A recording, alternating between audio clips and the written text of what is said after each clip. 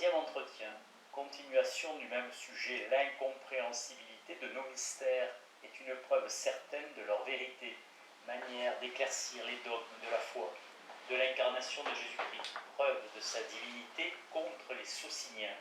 Nulle créature, les anges même, ne peuvent adorer Dieu que par lui. Comment la foi en Jésus-Christ nous rend agréable à Dieu. Ah Théodore, comment pourrais-je vous ouvrir mon cœur? Comment vous exprimer ma joie? Comment vous faire sentir l'état heureux vous m'avez mis? Je ressemble maintenant à un homme échappé du naufrage ou qui trouve tout calme après la tempête. Je me suis senti souvent agité par des mouvements dangereux à la vue de nos incompréhensibles mystères. Leur profondeur m'effrayait, leur obscurité me troublait, et quoique mon cœur se rendît à la force de l'autorité, ce n'est pas sans peine de la part de l'esprit, car comme vous savez, l'esprit appréhende naturellement dans les ténèbres. Mais maintenant, je trouve qu'en moi, tout est d'accord. L'esprit suit le cœur, que dis-je? L'esprit conduit, l'esprit transporte le cœur, car plus nos mystères sont obscurs, quel paradoxe! Ils me paraissent aujourd'hui d'autant plus croyables.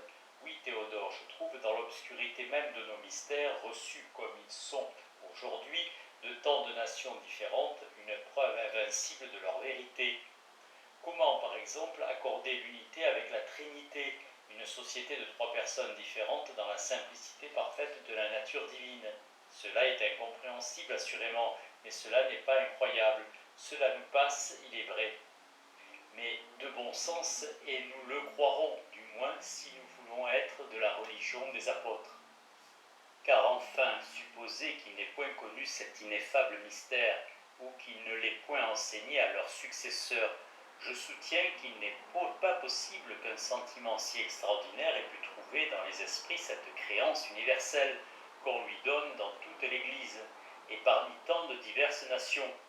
Plus cet adorable mystère paraît monstrueux, souffrez cette expression des ennemis de la foi, plus il choque la raison humaine, plus il soulève l'imagination, plus il est obscur, incompréhensible, impénétrable, moins est-il croyable qu'il se soit insinué naturellement dans l'esprit, dans le cœur de tous les catholiques, tant de pays si éloignés.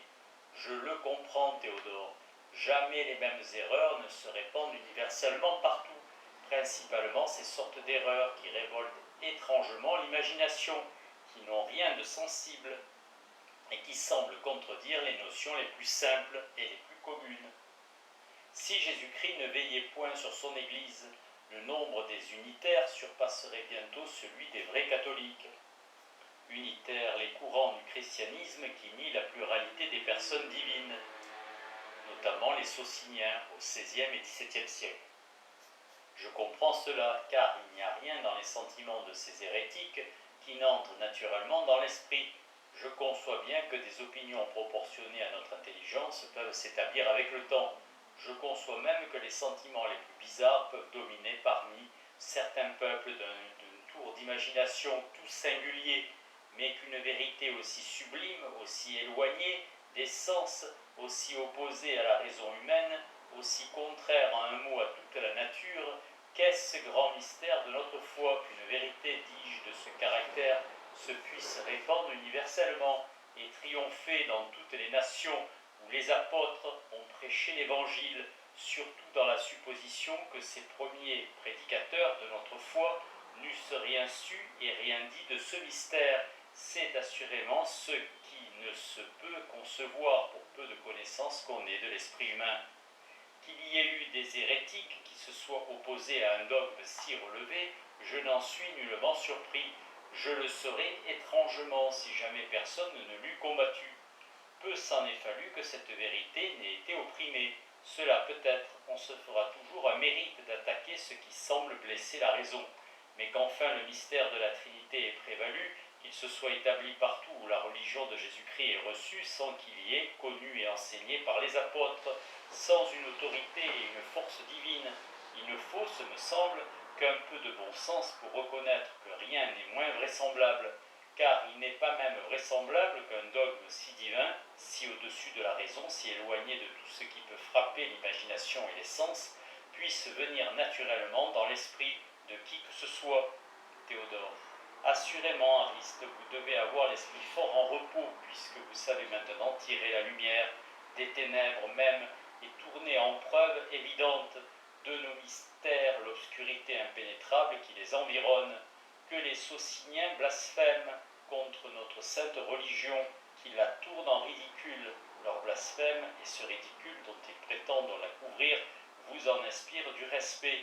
Ce qui ébranle les autres ne peut que vous affermir. Comment ne jouiriez-vous pas d'une paix profonde? Car enfin, ce qui peut faire naître en nous quelques frayeurs et quelques troubles, ce ne sont pas ces vérités plausibles que tout le monde croit sans peine, c'est la profondeur et l'impénétrabilité de nos mystères. Je comprends donc que vous voilà dans un grand calme. Jouissez-en, mon cher Ariste, mais je vous prie, ne jugeons pas de l'Église de Jésus-Christ comme des sociétés purement humaines. Elle a un chef qui ne permettra jamais qu'elle devienne la maîtresse de l'erreur. Son infaillibilité est appuyée sur la divinité de celui qui la conduit. Il ne faut pas juger uniquement par les règles du bon sens que tel et tel de nos mystères ne peuvent être des inventions de l'esprit humain. Nous avons une autorité décisive, une voie encore plus courte et plus sûre que cette espèce d'examen. Suivons humblement cette voie pour honorer par notre confiance et notre soumission la puissance, la vigilance, la bonté et les autres qualités du souverain pasteur de nos âmes. Car c'est en quelque manière blasphémer contre la divinité de Jésus-Christ, ou du moins contre sa charité pour son épouse, que de vouloir absolument d'autres preuves des vérités nécessaires à notre salut que celles qui se tirent de l'autorité de l'Église. Si vous croyez, Ariste, tel article de notre foi, parce que vous reconnaissez clairement par l'examen que vous en faites, qu'il est de tradition apostolique, vous honorez par votre foi la mission et l'apostolat de Jésus-Christ. Car votre foi exprime ce jugement que vous faites, que Dieu a envoyé Jésus-Christ au monde pour l'instruire de la vérité. Mais si vous ne croyez que par cette raison, sans égard à l'autorité infaillible de l'Église, vous n'honorez pas la sagesse et la généralité de la providence, qui fournit aux simples et aux ignorants un moyen fort sûr et fort naturel de s'instruire des vérités nécessaires au salut. Vous n'honorez pas la puissance, ou du moins la vigilance de Jésus-Christ sur son Église. Il semble que vous le soupçonniez de vouloir l'abandonner à l'esprit d'erreur. De sorte que la foi de ceux qui se soumettent humblement à l'autorité de l'Église rend beaucoup plus d'honneur à Dieu et à Jésus-Christ que la vôtre, puisqu'elle exprime plus exactement les attributs divins et les qualités de notre médiateur.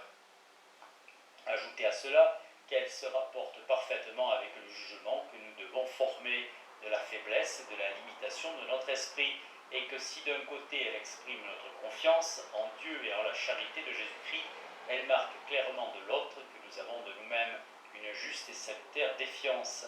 Ainsi, vous voyez bien que la foi de celui qui se soumet à l'autorité de l'Église est fort agréable à Dieu, puisque de quelque côté qu'on la considère, elle exprime les jugements que Dieu veut que nous portions de ses propres attributs, les qualités de Jésus-Christ et de la limitation de l'esprit humain.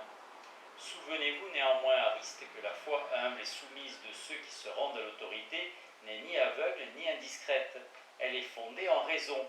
Assurément, l'infaillibilité est renfermée dans l'idée d'une religion divine, d'une société qui a pour chef une nature subsistante dans la sagesse éternelle, d'une société établie pour le salut des simples et des ignorants. Le bon sens veut qu'on croie l'Église infaillible. Il faudra donc se rendre aveuglément à son autorité, mais c'est que la raison fait voir qu'il n'y a nul danger de s'y soumettre, et que le chrétien qui refuse de le faire dément par son refus le jugement qui doit porter des qualités de Jésus-Christ. Notre foi est parfaitement raisonnable dans son principe. Elle ne doit point son établissement aux préjugés, mais à la droite raison, car Jésus-Christ a prouvé d'une manière invincible sa mission et ses qualités. Sa résurrection glorieuse est tellement attestée qu'il faut renoncer au sens commun pour la révoquer en doute. Maintenant, la vérité ne se fait presque plus respecter par l'éclat et la majesté des miracles. C'est qu'elle est soutenue de l'autorité de Jésus-Christ, qu'on reconnaît pour infaillible, et qui a promis son assistance toute puissante et sa vigilance pleine de tendresse à la divine société dont il est le chef. Que la foi de l'Église soit combattue par les diverses hérésies des sectes particulières. Il faut que cela arrive pour manifester la fidélité des gens de bien. Le vaisseau où repose Jésus-Christ peut être battu de la tempête, mais il ne court aucun danger. C'est manquer de foi que d'appréhender l'orage. Il faut que les vents grondent et que la mer enfle ses flots avant que de rendre le calme. On ne peut sans cela faire sentir le pouvoir qu'on a de leur commander. Mais si le Seigneur permet que les puissances de l'enfer, Théotime, souffrez Théodore, que je vous interrompe. Vous savez que nous n'avons plus à passer avec vous que le reste de la journée. N'en voilà que trop sur l'infaillibilité de l'Église. Ariste en est convaincu. Donnez-nous, je vous prie, quelques principes qui puissent nous conduire à l'intelligence des vérités, que nous croyons qui puissent augmenter en nous le profond respect que nous devons avoir pour la religion et pour la morale chrétienne. Ou bien donnez-nous quelques idées de la méthode dont vous vous servez dans une matière si sublime. Théodore, je n'ai point pour cela de méthode particulière. Je ne juge les choses que sur les idées qui les représentent dépendamment des faits qui me sont connus. Voilà toute ma méthode. Les principes de mes connaissances se trouvent tous dans mes idées et les règles de ma conduite par rapport à la religion dans les vérités de la foi. Toute ma méthode se réduit à une attention sérieuse à ce qui m'éclaire et à ce qui me conduit. Ariste, je ne sais si Théotime conçoit ce que vous nous dites, mais pour moi je n'y comprends rien. Cela est trop général. Théodore, je crois que Théotime m'entend bien, mais il faut s'expliquer davantage. Je distingue toujours avec soin les dogmes de la foi des preuves et des explications qu'on en peut donner. Pour les dogmes, je les cherche dans la tradition et dans le consentement de l'Église universelle. Et je les trouve mieux marqués dans les définitions des conciles que partout ailleurs. Je pense que vous en demeurez d'accord, puisque l'Église étant infaillible, il faut s'en tenir à ce qu'elle a décidé, Ariste. Mais ne les cherchez-vous pas aussi dans les Saintes Écritures? Théodore, je crois, Ariste, que le plus sûr et le plus court est de les chercher dans les Saintes Écritures, mais expliquées par la tradition, je veux dire par les conciles généraux, ou reçus généralement partout, expliqués par le même esprit qui les a dictés. Je sais bien que l'Écriture est un livre divin et la règle de notre foi, mais je ne la sépare pas de la tradition, parce que je ne doute pas que les conciles ne l'interprètent mieux que moi. Prenez équitablement ce que je vous dis. Les conciles ne rejettent pas l'Écriture, ils la reçoivent avec respect, et par cela même, ils l'autorisent par rapport aux fidèles, qui pourraient bien la confondre avec des livres apocryphes. Mais outre cela, ils nous apprennent plusieurs vérités que les apôtres ont confiées à l'Église et que l'on a combattues, lesquelles vérités ne se trouvent pas facilement dans les Écritures canoniques, car combien d'hérétiques y trouvent tout le contraire. En un mot, Ariste, je tâche de bien m'assurer des dogmes sur lesquels je veux méditer, pour en savoir quelque intelligence. Et alors, je fais de mon esprit le même usage que font ceux qui étudient la physique. Je consulte avec toute l'attention dont je suis capable l'idée que j'ai de mon sujet, telle que la foi me la propose. Je remonte toujours à ce qui me paraît de plus simple et de plus général, afin de trouver quelque lumière. Lorsque j'en trouve, je la contemple. Mais je ne la suis qu'autant qu'elle m'attire invinciblement par la force de son évidence. La moindre obscurité fait que je me rabats sur le dogme, qui, dans la crainte que j'ai de l'erreur, est et sera toujours inviolablement ma règle dans les questions qui regardent la foi. Ceux qui étudient la physique ne raisonnent jamais contre l'expérience, mais aussi ne concluent-ils jamais par l'expérience contre la raison. Ils hésitent, ne voyant pas le moyen de passer de l'une à l'autre. Ils hésitent, dis-je, non sur la certitude de l'expérience, ni sur l'évidence de la raison, mais sur le moyen d'accorder l'une avec l'autre. Les faits de la religion ou les dogmes décidés sont mes expériences en matière de théologie. Jamais je ne les révoque en doute. C'est ce qui me règle et qui me conduit à l'intelligence. Mais lorsqu'en croyant les suivre, je me sens heurté contre la raison, je m'arrête tout court, sachant bien que les dogmes de la foi et les principes de la raison doivent être d'accord dans la vérité, quelque opposition qu'ils aient dans mon esprit. Je demeure donc soumis à l'autorité, plein de respect pour la raison, convaincu seulement de la faiblesse de mon esprit, et dans une perpétuelle défiance de moi-même. Enfin, si l'ardeur pour la vérité se rallume, je recommence de nouveau mes recherches, et par une attention alternative aux idées qui m'éclairent et aux dogmes qui me soutiennent et qui me conduisent, je découvre sans autre méthode particulière le moyen de passer de la foi à l'intelligence. Mais pour l'ordinaire, fatigué de mes efforts, je laisse aux personnes plus éclairées ou plus laborieuses que moi une recherche dont je ne me crois pas capable, et toute la récompense que je tire de mon travail, c'est que je sens toujours de mieux en mieux la petitesse de mon esprit, la profondeur de nos mystères et le besoin extrême que nous avons tous d'une autorité qui nous conduise. Eh bien, Ariste, êtes-vous content? Ariste, pas trop. Tout ce que vous dites là est encore si général qu'il me semble que vous ne m'appreniez rien. Des exemples, s'il vous plaît. Découvrez-moi quelques vérités que je vois un peu. Comment vous y prenez? Théodore, quelle vérité? Ariste, c'est la vérité fondamentale de notre religion. Théodore, mais cette vérité vous est déjà connue, et je crois vous l'avoir bien démontrée. Ariste, il n'importe, voyons, on ne peut trop la prouver, c'est par là qu'il faut commencer. Théotime, il est vrai, mais ce sera là que nous finirons, car bientôt il faudra nous séparer. Ariste, j'espère aussi que nous ne serons pas longtemps sans nous rejoindre. Théodore, c'est ce que je ne sais point, car je le souhaite si fort que je crains bien que cela n'arrive pas. Mais ne raisonnons point sur l'avenir, profitons du présent. Soyez attentifs à ce que je vais vous dire. Pour découvrir par la raison entre toutes les religions celles que Dieu a établies, il faut consulter attentivement la notion que nous avons de Dieu ou de l'être infiniment parfait, car il est évident que tout ce que font les causes doit nécessairement avoir avec elles quelque rapport. Consultons-la donc, Ariste, cette notion de l'être infiniment parfait, et repassons dans notre esprit tout ce que nous savons des attributs divins, puisque c'est de là que nous devons tirer la lumière dont nous avons besoin pour découvrir ce que nous cherchons. Ariste, eh bien, cela supposé? Théodore, doucement, doucement, je vous prie. Dieu connaît parfaitement ces attributs que je suppose que vous avez présents à l'esprit. Il se glorifie de les posséder. Il a une complaisance infinie. Il ne peut donc agir que selon ce qu'il est, que d'une manière qui porte le caractère de ces mêmes attributs.